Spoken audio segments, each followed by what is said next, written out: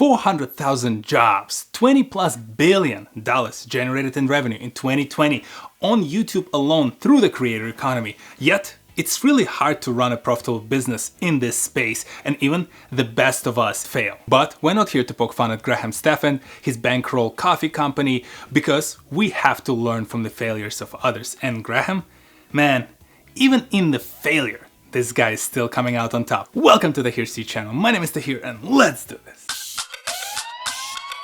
If you're not aware, Graham is the finance YouTuber. He's essentially the real estate agent turned the expert on different financial investments, and he advises and suggests people to follow his recommendation based on his own personal experience. I'm from finance. I started my career in investments, so I'm uber skeptical about the influencer finance people, but Graham is real deal. He does seem to know what he's doing. I will make a proper video about him further down the line, so if you're curious about this kind of content, make sure to subscribe. For today, I want to specifically focus on the bankroll coffee company and the story that Graham recently shared on his channel. This all started about 2 years ago when I jokingly made an offhand remark that my coffee only cost 20 cents to make at home. Honestly, I didn't think much of it until I received a huge package of coffee in the mail from a subscriber with an invitation to come join him in the coffee business as equal partners to bring the 20-cent iced coffee to market. And it worked. You know from some of my prior videos that I'm a big fan of the creators starting their own brands. They get to express something that they're truly passionate about outside of just the creative space. They can diversify their own income and with that elongate their career, something I've discussed in the past as well. And they also happen to have an opportunity to change certain industries thanks to the influence and the thought process that they bring to those industries. They also happen to have a very nice benefit. As the creators, they have that audience who will follow them and support their business no matter what they start. As we slowly start to unpeel that onion of what it's like to run a business in the creator economy, Graham points out that there are some negatives, and the supportive audience is actually one of them. Now, I haven't mentioned this before, but in the very beginning, I was worried that selling coffee like this would be just seen as a novelty item that people would only buy to try once because it was mine. Even though I recognize that's an incredibly fortunate position to be in, and it blows my mind that so many people want to be a part of these ventures, it does make it slightly more difficult to get honest, real-world feedback. And the line gets blurred between, is it actually a good product that stands on its own, or are people only buying it because they want to support the business? Well, and once audience is off the list, you don't have too much in terms of the competitive advantage as a creator compared to other startup founders. You will have to still fight for the same growth of the company, for the revenue, acquisition of the new customers, retention of the existing customers, figuring out how to run a profitable business and actually pay everyone that you own, whether it's your employees or your suppliers. One of the toughest decisions on that path is deciding, do you want to continuously reinvest into your business and seeing how far you can grow it, or do you want to slowly introduce some sort of profit margin and take some money and, save them for the rainy day? The benefit of reinvesting, you can follow the trajectory that no one else could because you constantly plowed the money back into the business. You kept growing, kept hiring, and kept buying new things, investing in the new products. Downside, if one of those things do not work, that entire pyramid just collapses because you do not have any money set aside in case you had to pivot. When it comes to putting aside some profit margins and saving money, this is great. You have money to invest in the future in case something goes wrong.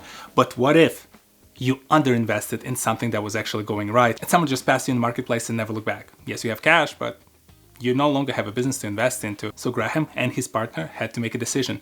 And these two guys decided to choose the former. Over the last year, we made the very conscious and unprofitable decision to literally sell our product at our own break-even cost, simply for the sake of being able to grow and give you the most affordable coffee that we can without going broke. Now take a tally of all the things that Graham had to do so far. He had to figure out the product, the sourcing of the product, the packaging, the shipping, the wholesale warehouse space. He had to figure out the taxes, the accounting, the website management, all while still running his YouTube channels and maintaining his presence across multiple different social media platforms.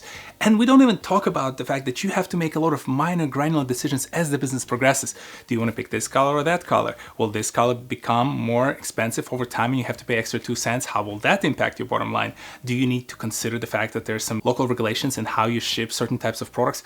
All of this is to say, there's a ton of decision and a ton of work involved in running your own creator business. And even after you've done all of that and you've been successful maintaining your creator presence online, still, eventually, something will go wrong. Our first issue was the rising price of coffee. In fact, it was reported that the price of Arabica coffee is 76% higher than it was just a year ago. And slowly, every single month, the price of our own coffee began to increase. Here's the thing. I'm not trying to convince you not to run your own business. Quite the opposite. I want to support you, but you should definitely consider finding a partner or find a manager who will actually help you and support you throughout multiple different projects. For someone like me who've been in the operations and finance for nearly 2 decades, shipping delays, shipping cost increases, missing resources for the product that you're developing, missing employees who are supposed to fulfill those orders, this is like normal Tuesday, but for the creator, this is all the distraction that takes their eyes away from the content that they need to produce, from the content that delivered the funds to invest in the business in the first place.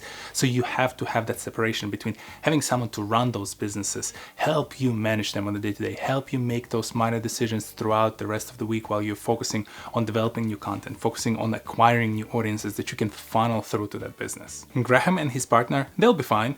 This is exactly the model that they apply. They have that separation between who's doing what, and they can focus on their own respective areas and come together to troubleshoot certain parts of that business. While for you, if you have that entrepreneurial itch, if you really want to go out there and build something, you should really consider finding a partner or finding a manager who will help you throughout that journey. Consider offering that individual a portion of your business because you need to keep them motivated and keep them in the game and running for the same type of goals that you are, like profitability and the growth of the business.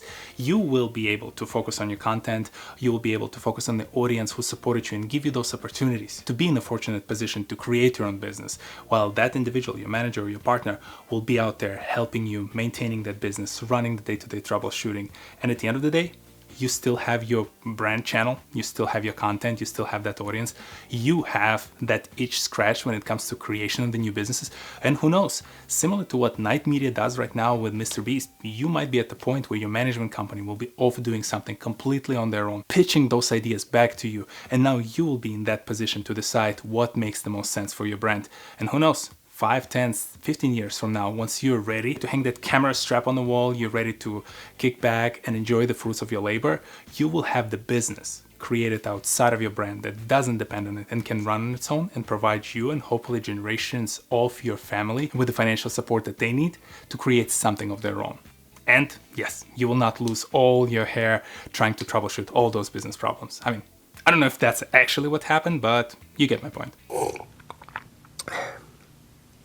Yes. Have you ever heard about bankroll coffee? Have you ever realized how hard it is to run a creator-led business? And who are other creators who solved it or currently solving different issues within their creator business while trying to maintain their online presence? Share your thoughts, ideas, names, and the links in the comment section below. This is a small example of a small company, yet I think it carries so many different lessons for us to learn, whether we're on the creative or on the business side of things. And I am okay creator, but I think I'm a damn good operations and finance manager. So for me, there's even natural interest in figuring out whether I can help some of those creators run some of their own businesses and learn from there. This industry is so ripe with opportunities. We have so many different ways by which we can completely change other industries by applying the ideas that those creators have because they're creators first. They're passionate fans of the product that they're trying to recreate through their own business. And if you're curious to learn more about other interesting individuals who run their own creator-led businesses, who are creators themselves and have a lot to tell us about how they've achieved their success,